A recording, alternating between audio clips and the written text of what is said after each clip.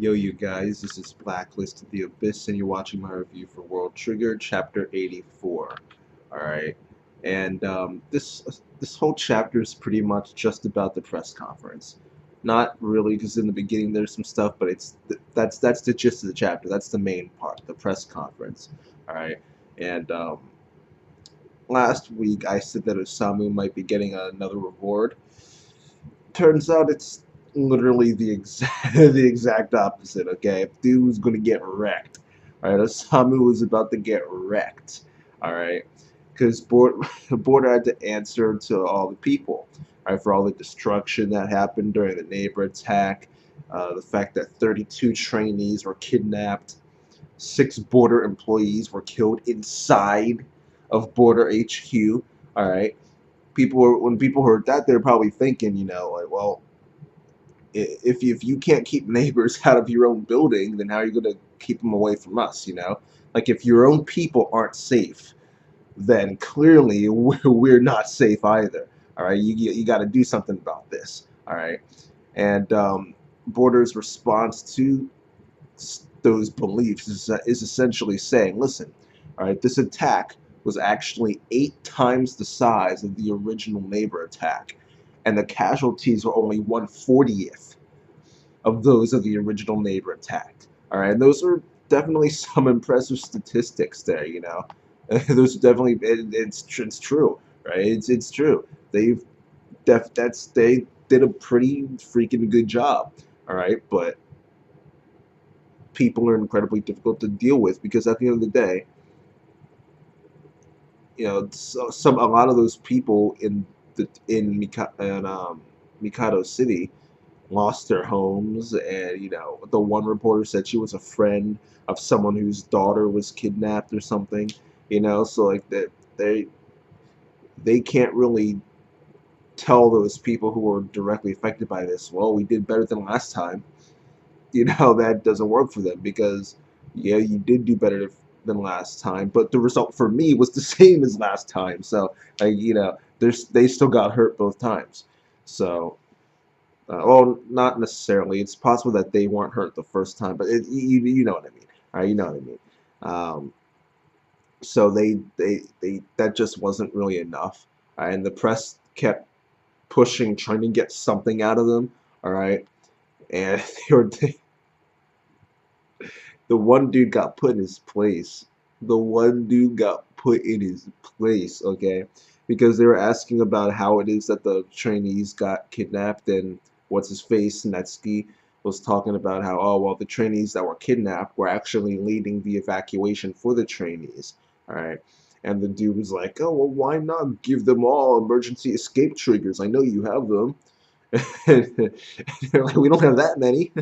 These things don't grow on trees. They require money, manpower. They require a lot of things, all of which we don't have enough of to be able to create triggers for everybody. If we did, we would have done it by now. All right, think before you speak.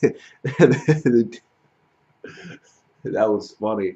That was funny. Oh man. Uh, but these dudes, the press were trying real hard to get something. All right, but Netsky ended up putting a plant in there amongst the reporters so that they could shift the blame onto Osamu. All right, this is when he almost got wrecked. Okay, because of the fact that the trainees were being targeted by the neighbors. All right, the question arises: well, did the neighbors go after the trainees specifically because of the fact that they knew they wouldn't be able to bail out and escape? All right, and the response to this is that, well, trainees aren't allowed to use their triggers outside the base, so there's no way for a neighbor to actually know what those trainee triggers are capable of and what they're not capable of, because they just don't see them. All right. The one exception to this, however, is when Osamu used this trigger back at the school in the beginning of the series. Okay, and it is a legitimate that is a legitimate theory. It really is because we saw that they had the the those small neighbors that were opening the gates. It's possible that maybe those neighbors were those Tryon soldiers were watching what was going on and collecting data.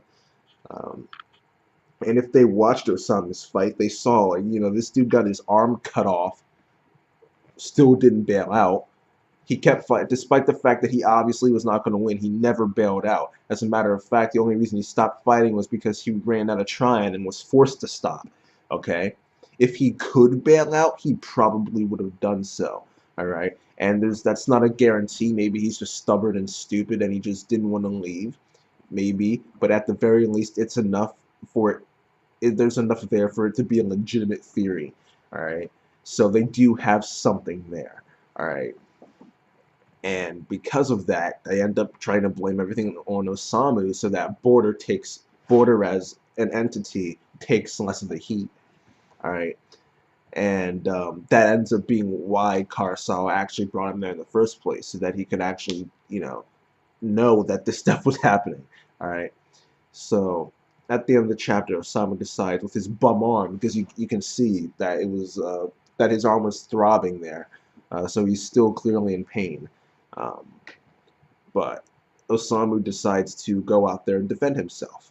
All right, because as Yuma proved to us, Osamu doesn't believe that all that stuff is his fault. Even if the stuff is true about them finding out about trainees not being able to bail out because of him, he still doesn't think it's his fault. And really, that's also valid too, because we know and he knows, and a lot of people in Border know that they didn't go after trainees just because they couldn't bail out.